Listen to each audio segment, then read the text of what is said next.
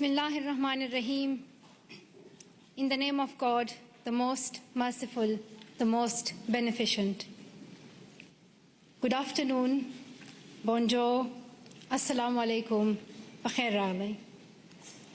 Mr. Prime Minister, Madam Trudeau Sophie, Mr. Speaker, members of the House, members of the Senate, distinguished guests, my parents, Ziauddin and Torpikai,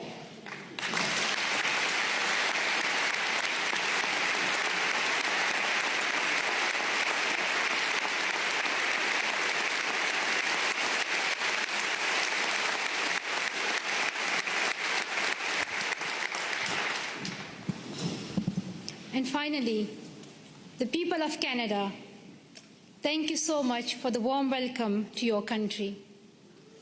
This is my first trip to Canada, but not my first attempt. On the 22nd of October 2014, my father and I landed at the Toronto airport, excited for a first visit to your wonderful country. Soon we learned that a man had attacked Parliament Hill, killing a Canadian soldier, wounding others, and threatening leaders and civil servants in the building where I stand today.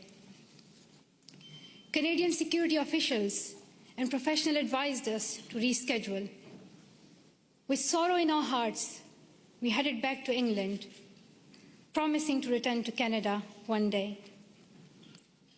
The man who attacked Parliament Hill called himself a Muslim, but he did not share my faith.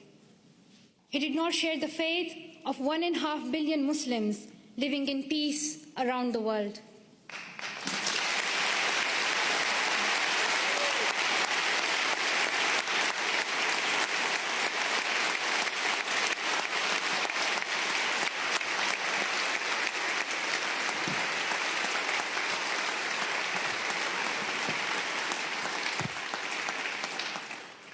Sorry, the podium became too high, so I'm short-sighted, I couldn't read some of the words.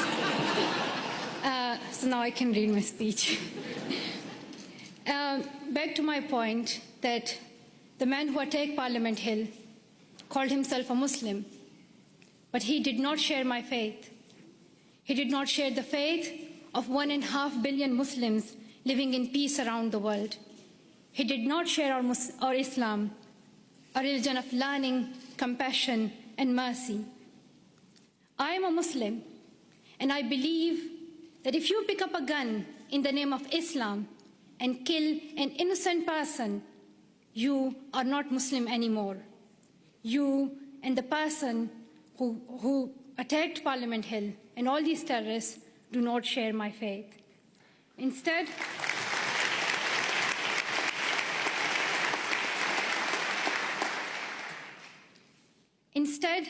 he shared the hatred of the man who attacked Quebec City Mosque in January, killing 6 people while they were at prayer. The same hatred as the man who killed civilians and police officers in London 3 weeks ago. The same hatred as the men who killed 132 school children in Pakistan Army Public School in Peshawar. The same hatred as the man who shot me and my 2 school friends. These men have tried to divide us and destroy our democracies, our freedom of religion, our right to go to school. But we and you refuse to be divided. Canadians, wherever you are born, however you worship, stand together. And nothing proves this more than your commitment to refugees. Around the world, we have heard about Canada's heroes.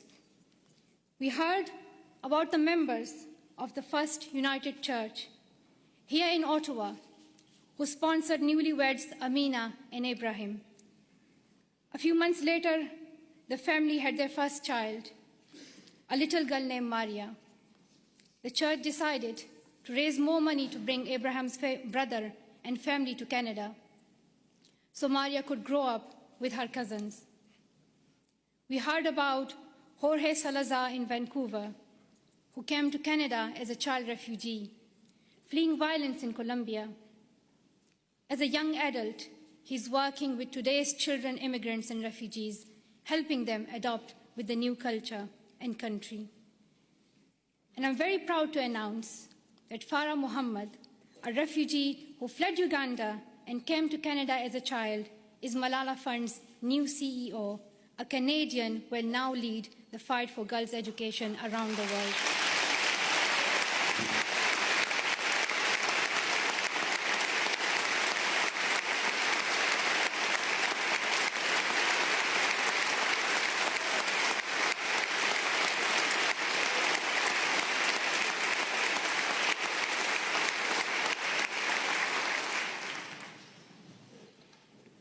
Many people from my own country of Pakistan have found a promised land in Canada, from Maria Topikai Wazir, a famous squash player, to my relatives here today.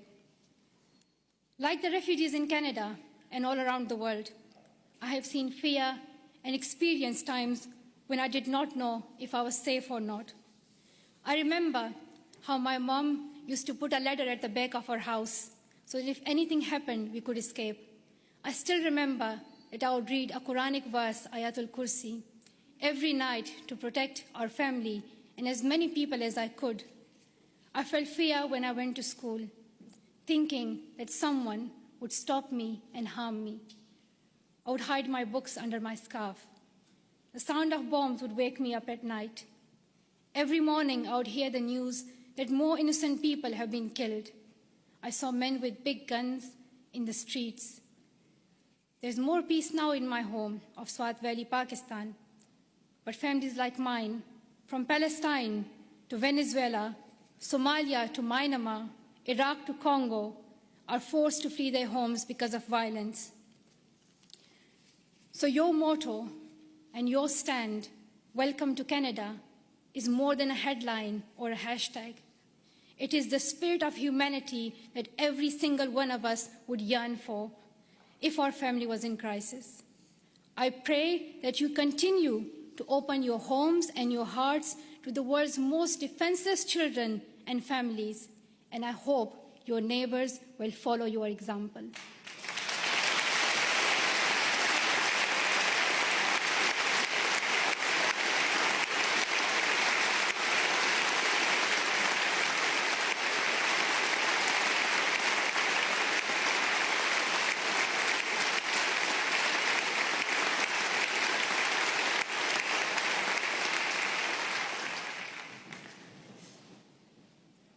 I'm humbled to accept honorary citizenship of your country. While I will always be a proud Pashtun and a proud citizen of Pakistan, I'm grateful to be an honorary member of your nation of heroes, though I still require a visa. But that's another discussion.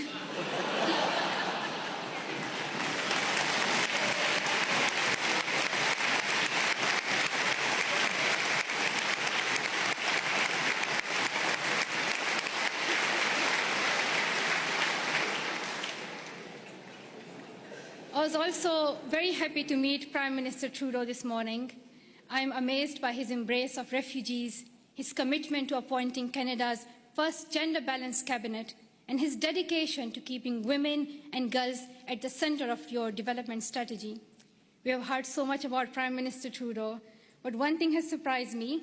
People are always talking about how young he is. They say that he is the second youngest Prime Minister in Canadian history. He does yoga, he has tattoos, and a lot more. And while I was coming here, everyone was telling me, like, shake Prime Minister's hand and, like, let us know how he looks in reality. And people were just so excited about meeting Trudeau. I don't think anyone cared about the Canadian honorary citizenship.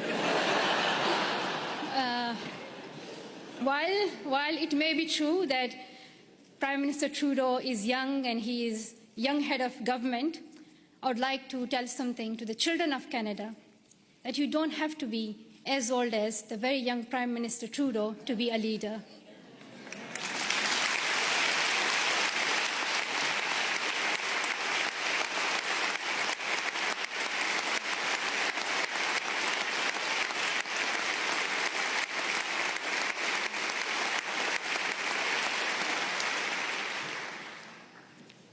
I'm like on still page 7, so there are like a lot left. So if you do the standing ovation again and again, you'll get tired.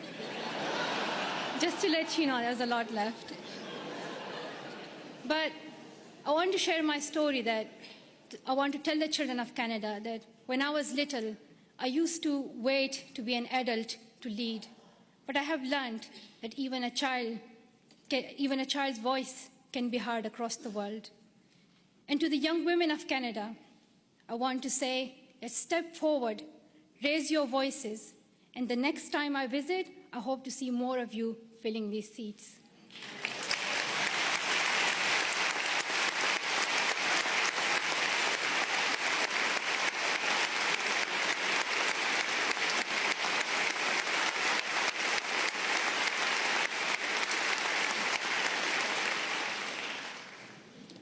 And to the men of Canada, be proud feminists and help women get equal opportunities as men. And to the leaders of Canada today in this room, though you may have different politics and policies and priorities, I know each one of you is trying to respond to some of our world's most pressing problems. I have traveled the world and met many people in many countries.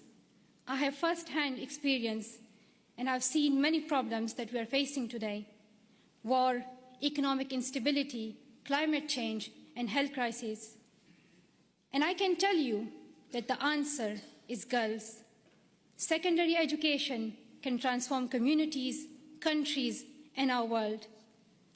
And here's what the statistics say. I'm saying it for those who still don't accept education as important. There are some, but I hope they will hear that if all girls went to school for 12 years, low and middle income countries could add $92 billion per year to their economies. Educated girls are less likely to marry young and contract HIV, and more likely to have healthy and educated children. The Brookings Institution calls secondary education for girls as the most cost-effective and best investment against climate change. When a country gives all its children secondary education, they cut their risk of war in half. Education is vital for the security of the world because extremism grows alongside inequality. In places where people feel they have no opportunity, no voice, no hope. When women are educated, there are more jobs for everyone. When mothers can keep their children alive and send them to school, there is hope. But around the world, 130 million girls are out of school today. They may not have read the studies and they may not know the statistics, but they understand that education is the only path to a brighter future, and they are fighting to go to school. Last summer, on a trip to Kenya, I was introduced to the bravest girl I have ever met. At age 13, Rahma's family fled Somalia and came to Dadaab, the world's largest refugee camp. She had never been inside a classroom, but she worked hard to catch up, and in a few years, graduated primary school. At 18, Rahma was in secondary school when her parents decided to move back to Somalia. They promised she could continue her education. But when her family returned to Somalia, there were no schools for her to attend. Her father said her education was finished and that she would soon marry a man in his 50s, a man she did not know. Rahma remembered a friend from the refugee camp who had won a scholarship in a university in Canada. She borrowed a neighbor's internet and contacted him through Facebook. Over the internet, the university student in Canada sent her $70.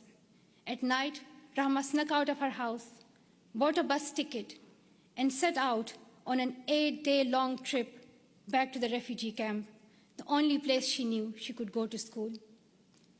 Through the Sustainable Development Goals, our nations promised every girl she would go to school for 12 years. We promised that donor countries and developing countries would work together to make this dream a reality for the poorest girls in the world. I know that politicians cannot keep every promise they make, but this is the one you must honor. World leaders can no longer expect girls like Rahma to fight this battle alone. We can gain peace, grow economies, improve our public health and the air we breathe, or we can lose another generation of girls. I stand with girls as someone who knows what it is like to flee your home and wonder if you will ever be able to go back to school. I stand with girls as someone who knows how it feels to have the right of education taken away and your dreams threatened. I know where I stand. If you stand with me, I ask you to seize every opportunity for girls' education over the next year. Dear Canada, I'm asking you to lead once again. First, make girls' education a central theme of your G7 presidency next year. Second, use your influence to fill the global education funding gap. You raised billions of dollars and saved lives when you hosted the Global Fund's replenishment in Montreal last year. Show the same leadership for education. Host the upcoming replenishment of Global Partnership for Education. Bring world leaders together and raise new funding for girls to go to school. If Canada leads, I know the world will follow. Finally, prioritize 12 years of education and schooling for refugees. Today, only a quarter of refugee children can get secondary education. We should not ask children who flee their homes to also give up their dreams. And we must recognize that young refugees are future leaders on whom we all depend for peace. The world needs leadership. The world needs leadership based on serving humanity, not based on how many weapons you have. Canada can take that lead. Our world has many problems, but we don't need to look far for the solution. We already have one. She is living in a refugee camp in Jordan. She is walking 5 kilometers to school in Guatemala. She is suing footballs to pay enrollment fees in India. She is every one of the girls out of school around the world today. We know what to do, but we must look inside ourselves for the will to keep our promises. Dear sisters and brothers, we have a responsibility to improve the world. When future generations read about us in their books or on their iPads or whatever the next innovation will be, I don't want them to be shocked that 130 million girls could not go to school and we did nothing. I don't want them to be shocked that we did not stand up for child refugees as millions of families fled their homes. I don't want us to be known for failing them. Let the future generations say, we were the ones who stood up. Let them say, we were the first ones. We were the first to live in a world where all girls could learn and lead without fear. Let us be the ones who bring that change we want to see. Thank you so much for listening.